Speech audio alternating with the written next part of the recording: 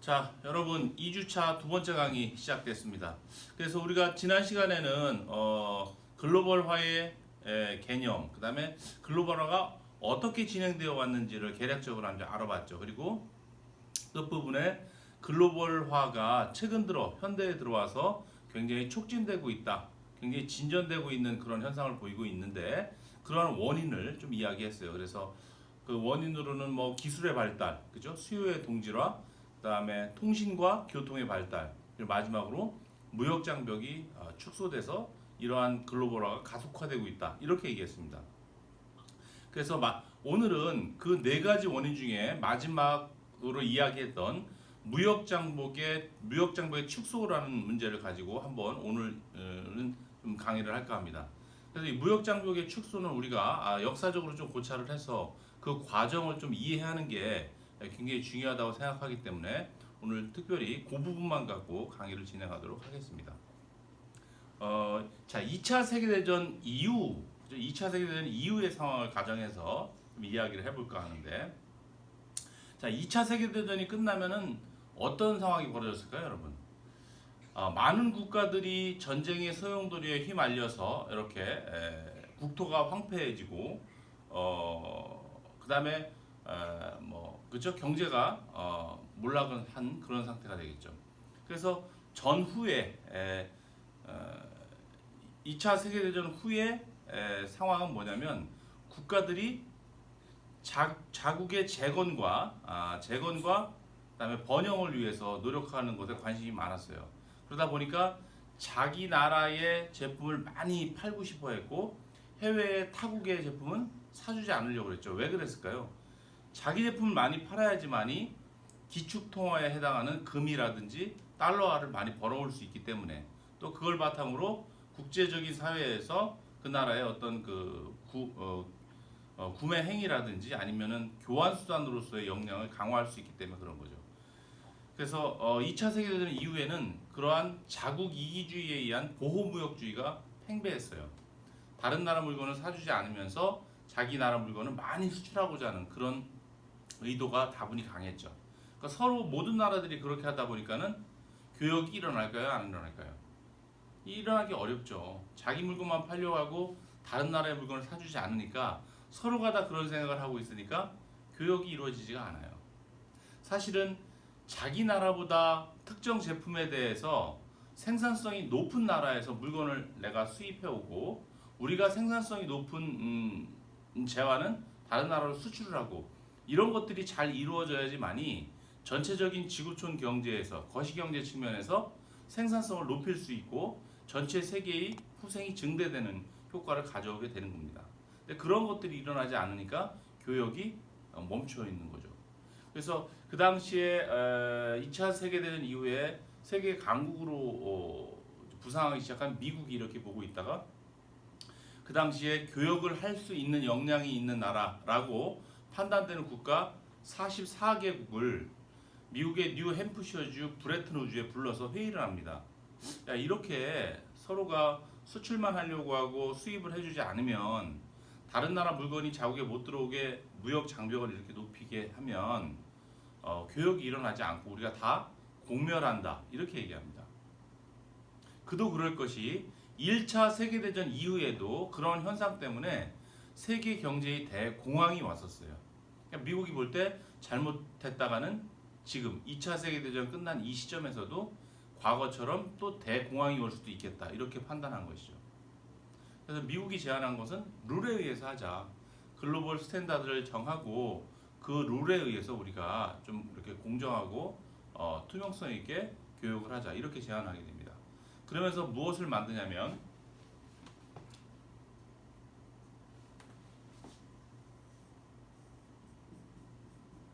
가트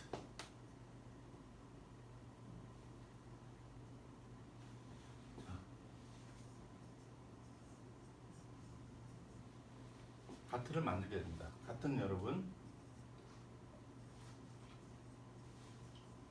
제너럴 오리먼트 on tariff and trade 이거 약자죠. 그러니까 관세하고 무역에 관한 아주 제너럴한 일반적인 협정 이렇게 보죠. 관세와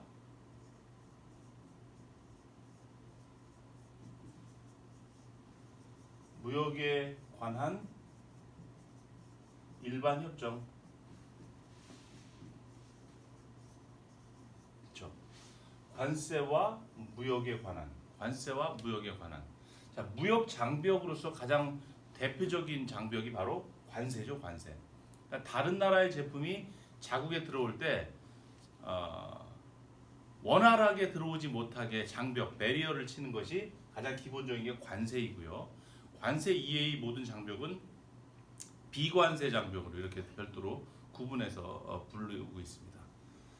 그래서 이 관세하고 무역에 관한 어떤 협정을 만들고 국제적인 어떤 스탠다드를 만들고 여기에 준해서 무역을 하자 이렇게 제안하게 되고 여기에 44개국이 동의하게 되고 이 이후로부터는 이 가트 체제 하에서 세계 교역이 이루어지게 되죠. 그러니까 어떨까요? 하나의 룰을 갖고 이제 동참해서 교역을 시작하니까 좀 이제 교역이 이제 좀 원활하게 일어나게 되겠죠.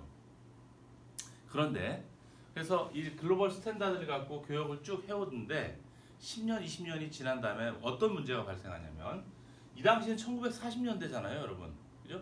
1940년대에 만들어진 룰을 갖고 교역을 해오다 보니까 시간이 흐르다 보니까 전에 없던 산업도 생각나고 제품도 생겨나고 새로운 기술이 등장하고 이렇게 변화를 맞이하게 되죠.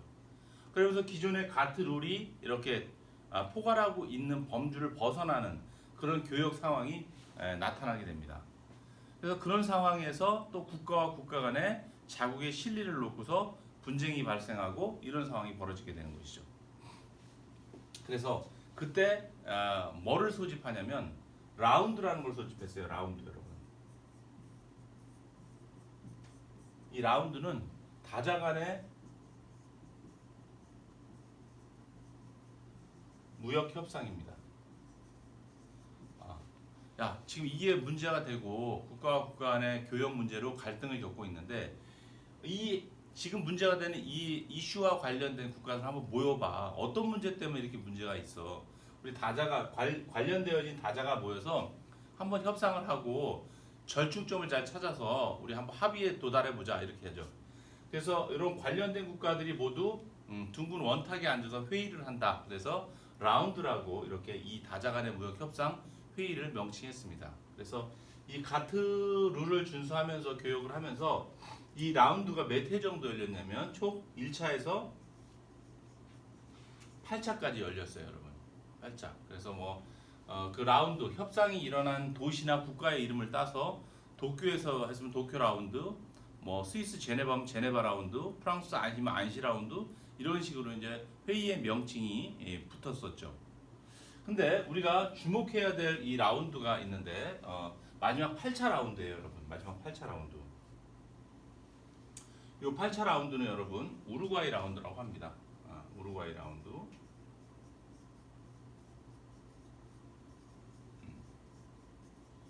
자, 이 우루과이 라운드는 왜 주목을 해야 되냐면 기존의 1차에서 7차까지의 라운드는 여러분 대부분 뭐였냐면 관세를 낮추고 또 새로 출현한 어떤 그 기술이나 산업에 대해서 서로가 무역을 원활하게 하는 쪽에 어떤 합의를 이루는 그런 것들이었어요. 그죠? 그런데 여기는 어떤 문제를 갖고 이야기를 했냐면 첫 번째, 기존에는 공산품에 대한 수출 수입에 대한 그 무역 장벽을 좀 낮추는 것에 회의가 집중된 반면 여기는 이제는 보니까 국가와 국가 간의 교역이 이루어지는 상황을 보니까 공산품뿐만 아니라 1차 산업의 생산품인 농산물도 교역의 범주에 넣어야 될 것 같다. 그 양이 만만치가 않다. 그 농산물 때문에 피해를 보는 국가도 있고 그렇다. 그래서 농산물도 앞으로는 이 국제적인 스탠다드인 가트 룰에 넣어야 된다라는 거죠. 농산물 포함. 요 문제. 두 번째, 농산물뿐만 아니라 이제 보니까 제조업에서 생산한 공산품뿐만 아니라 서비스 업종도 교역의 범주에 포함시키고 국제적인 룰 안에서 관리되고 통제되어야 되자 이렇게 얘기합니다. 서비스 지적재산권.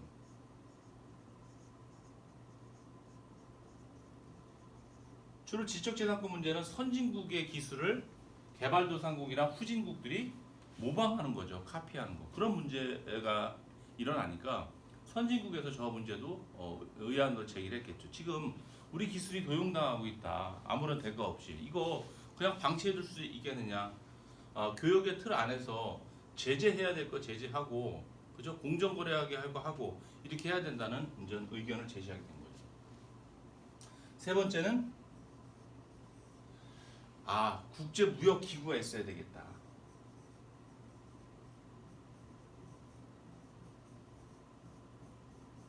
자, 이 가트는 여러분 어때요? 이게 기구예요? 기구가 아니죠. 가트는 그냥 협정문이에요. 이렇게 하자 하고 우리가 만들어낸 협정문이고, 이 협정문을 따르겠다는 국가들이 거기에 서명을 하는 거죠. 나 여기에 동참할게. 이 정도의 성격인 거예요. 가트는 하나의 룰이고 관세와 무역에 관한 일반 협정문이다. 협정문. 그리고 가트에 동참하겠다는, 그죠? 가트 회원국 이렇게 완전 명칭을 하는 거죠. 그래서 이렇게 이제 가트 체제 하에서 전 세계의 무역이 진행되어 오다 보니까 실제적으로, 그렇죠? 국가와 국가 간의 이런 갈등 양상이나 자국의 이익을 갖고 첨예하게 대립하는 그런 많은 상황들을 통제하기가 어려운 거예요. 그죠? 이 가트 룰을 난 따르겠다고 서명한 국가들인데도 불구하고, 그죠? 이렇게 서로 이제 분쟁 상황이나 이런 것들을 보면은 그걸 조정하고 중재해줘야 될 상황들이 많고, 그다음에 불공정 국가에 대해서는 또 강력한 제재도 필요하고 이런 상황이 있었다는 거죠. 그래서 이때 느낀 게, 우리도 이제는 법인격 성격의 조직을 가진 국제무역기구가 있어야 되고, 그 기구가 이 가트 룰, 세계적인 교역 글로벌 스탠다드인 이 룰을 적용을 하고 잘 준수하는지를 회원국들을 감시하고 조정 통제하는 그런 역할을 해야 되지 않겠냐, 이렇게 생각을 하게 됩니다. 그래서 이 세 가지를 갖고 의안을, 이 세 가지보다 더 있겠죠. 대표적인 게 이 세 가지가 특이한 상황이니까 이걸 갖고 라운드를 하게 되고, 합의안에 도달하게 되는데 무려 7년이 걸립니다, 여러분. 회의를 시작해서 타결이 되는데 7년이 걸렸어요. 아마 저도 예전에 중학교 다닐 때, 중학교 때인가 시내버스 타고 가다 보면 우루과이 라운드 협상이 진행되면서 농산물 분야에 대한 이슈가, 이런 얘기를 뉴스에서 굉장히 많이 들었던 것 같아요. 이게 그 당시 우리나라에서도, 한국 경제에서도 굉장히 영향을 많이 미치는 그런 무역 협상이었던 거로 지금 생각이 됩니다.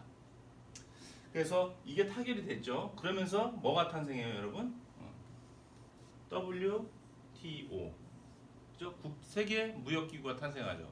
이 무역기구가 탄생하면서 지금은 어떤 이야기를 하냐면 WTO 체제 하에서 무역을 한다, 이렇게 얘기하죠.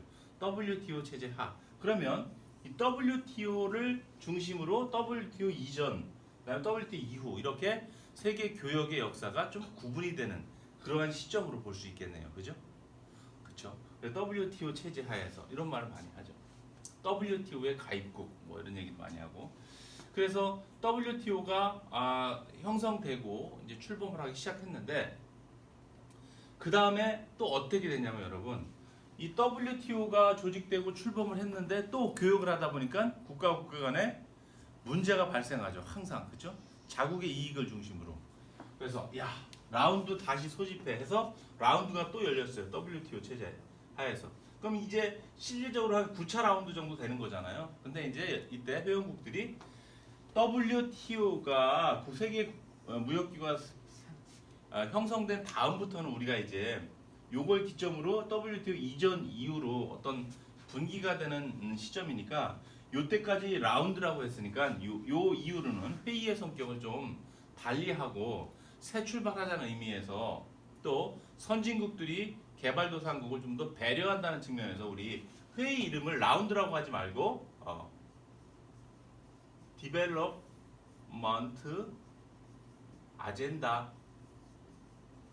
아젠다, 디벨롭먼트 아젠다로 하자. 개발 의안, 개발 아젠다, 뭐 이렇게 얘기하자. 이렇게 바뀌어요. 그러면서 첫 번째 회의를 개발 아젠다 하자. 어디서 했냐? 카타르 도하에서 해요. 그래서 이 9차 라운드 첫 번째 개발 아젠다는 DDA 협상 이렇게 얘기합니다. 도하 디벨롭먼트 아젠다. 이게 열리게 됐는데 어떻게 됐냐면 여러분 지금까지 합의가 안 되고 있어요. 자, 8차 라운드인 우루과이 라운드가 몇 년 걸렸죠, 여러분? 7년 걸렸다고 그랬어요. 그리고 개발 아젠다는 처음에 출범했는데 지지부진해요. 10년이 넘도록. 지금까지도. 지금은 협상이 타결된다는 건 이제 기대하기 어렵고 그냥 방치하는 수준이에요. 저 개발 아젠다가 있다가 세계 금융위기도 오고 뭐 이러다 보니까는 거기에 대한 관심이 없어진 거죠. 그죠? 그러면서 이제는 여러 국가가 모여서 모두 만족할 수 있는 다자간의 협상을 하는 건 좀 어렵다. 그냥 국가가 자기가 교역을 하고 있는 교역 대상국들과 개별적으로 이렇게 협상을 해나가는 게 오히려 효율적이겠다. 그러면서 양자 간의 무역 협상이 급물살을 타게 됩니다. 양자 간의 무역 협상이 뭐죠, 여러분? FTA죠, FTA. 양자, 그죠? 양자 간의 무역 협상. 둘이서 하는 거예요. 그러니까 FTA 협상을 하니까 어때요? 둘이서 협상을 하니까 신속하고 짧아지죠, 그죠?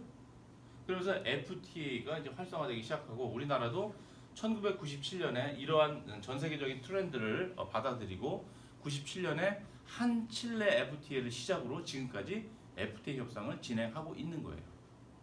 그러니까 FTA는 왜 협상을 할까요? 이 의미를 보면 프리 트레이드잖아요, 여러분. 자유무역을 지향하는 거예요, 자유무역. 그럼 관세하고 장벽을 모두 없애면 되는데 뭐가 문제겠어요? 한꺼번에 일순간에 우리 FTA에서 없앨 수 없잖아요. 국가와 국가 간의 산업 경쟁력이 다르기 때문에 그러한 부분들을 좀 협상을 통해서 당분간 관세를 어떻게 낮추고 또 그 다음 단계는 어떻게 낮추고 이렇게 해서 궁극적으로는 자유무역을 지향해 나가자라는 뜻이에요. 그러면서 FTA가 확산되고 있고 또 한 가지 현상으로는 자국을 중심으로 인접해 있는 국가끼리, 그러니까 자국과 지리적으로 인접해 있는 국가끼리 우리끼리는 옛날부터 같이 이쪽에 살았잖아. 뭐 그래서 다른 데보다 동질감이 있잖아. 우리가 뭐 외국처럼 그렇게 경제적인 장벽을 세우고 이렇게 할 필요가 있을까? 그냥 하나의 국가 경제권 시장처럼 그렇게 하자. 우리끼리 통합하자. 경제를 통합하자. 지역 경제 통합체를 만들자. 이런 현상들이 같이 일어나고 있어요. 그걸 보통 이코노믹 블록, 지역 경제 통합이라고 하는데 여러분도 알고 있는 EU도 지역 경제 통합체고요. 북아메리카의 나프타도 지역 경제 통합체고 아세안도 지역 경제 통합체고 그다음에 남미의 메르코수르라는 것도 있어요. 그렇게 지리적으로 인접한 국가끼리 경제 통합 현상, 이코노믹 블록 현상도 지금 하나의 추세이다. 그래서 지금 세계 경제는 큰 틀에서 FTA와 그다음에 지역 경제 통합의 두 가지 흐름이 있다라는 것을 여러분이 이해했으면 좋겠습니다. 그래서 오늘 이 시간은 무역 장벽의 축소와 관련해서 무역 장벽이 세계대전 이후에 2차 세계대전 이후에 어떠한 경로를 거쳐서 지금까지 왔고 그러한 현상이 지금에 있어서 글로벌 트렌드로서 어떤 현상을 가져왔는지 FTA와 그다음에 지역경제 통합체로 귀결되고 있다라는 것을 여러분들이 알았을 것으로 생각됩니다. 그래요. 오늘 강의는 여기까지 하겠습니다. 수고 많았습니다.